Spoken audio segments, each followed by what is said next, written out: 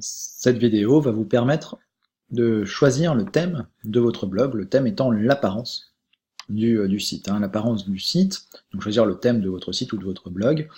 Le thème d'un site, donc, c'est la carrosserie d'un site. C'est-à-dire qu'à tout moment, entre guillemets, je mets des guillemets, vous verrez pourquoi, je peux changer donc l'apparence de mon site. C'est-à-dire que si le design ne me convient plus, je peux choisir un autre thème, donc une autre façon de présenter mes éléments. Alors, les thèmes, très concrètement, dans la section apparence personnalisée, apparence thème, pardon, dans la section apparence thème, il y a la possibilité donc d'ajouter des thèmes, il y en a 4000 disponibles dans la catégorie populaire, plus de 4000 thèmes disponibles. Cette bibliothèque est régulièrement enrichie, vous avez donc beaucoup de choix à votre portée. Le thème va définir notamment 3 choses. Une première chose, l'apparence du header de votre site.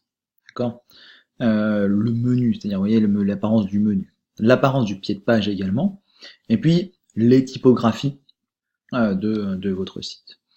Troisième chose qu'il peut donc définir, c'est en réalité l'apparence de la page d'accueil, notamment, principalement.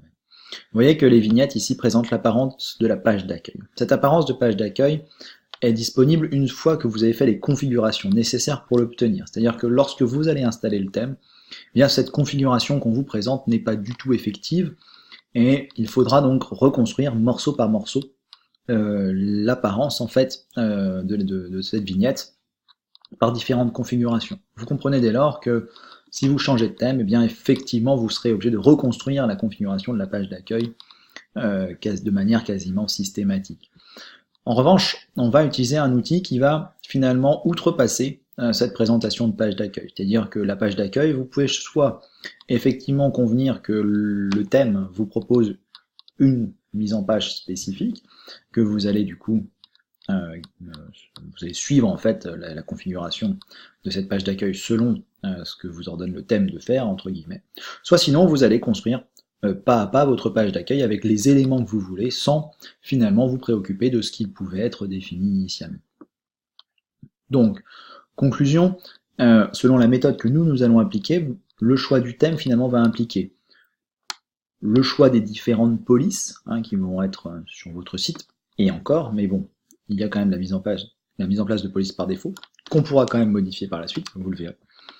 Et donc, finalement, principalement, je dirais, c'est le pied de page et l'entête de votre site, vous voyez, qui peut être plus ou moins importante, qui va être du coup, finalement spécifié sur votre site. Une dernière chose également, peut-être, parfois, vous verrez un contenu qui pourra occuper 100% de la taille de l'écran, parfois, dans des conteneurs un peu plus petits, à voir du coup selon l'usage. Moi je vais vous conseiller d'utiliser un thème aujourd'hui, ce thème qui s'appelle Estia, qui est très simple et qui permet qui répond aux attentes finalement que l'on a souhaité, que je souhaite en fait vous donner ici.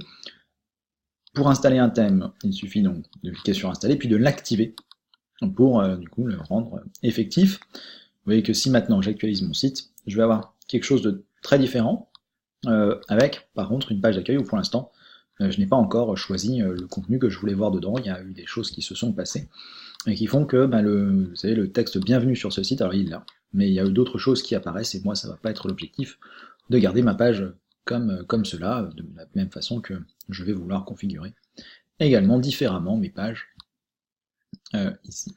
D'accord ? Voilà pour la mise en place. Choix du thème gratuit. Vous pouvez également ajouter des thèmes payants. Donc vous pouvez téléverser un thème. Dans ce cas-là, on va vous demander de téléverser un fichier au format zip. Vous pouvez trouver des formats de thèmes sur d'autres sites. Vous avez des sites qui proposent en libre téléchargement des thèmes. Je vous conseille plutôt de passer par la librairie qui est disponible ici. Vous pouvez donc aussi choisir d'acheter un thème. Vous avez une bibliothèque en particulier qui vous propose une large sélection de thèmes WordPress qui s'appelle themeforest.net.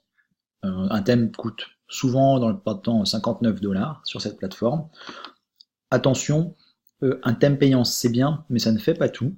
Ça permet effectivement de proposer des mises en page déjà très soignées de base, et vous avez juste à modifier les éléments qu'on vous aura alors proposés parfois j'ai tendance à dire que ces thèmes comportent beaucoup de fonctionnalités et donc parfois trop de fonctionnalités parce que ça peut être des fonctionnalités qui ne vous sont pas forcément utiles et donc en fait on perd aussi du temps à trier parmi les fonctionnalités qui nous sont utiles ou non et on a des sites qui peuvent être parfois un petit peu lourds par rapport en fait à l'usage qu'on en aura.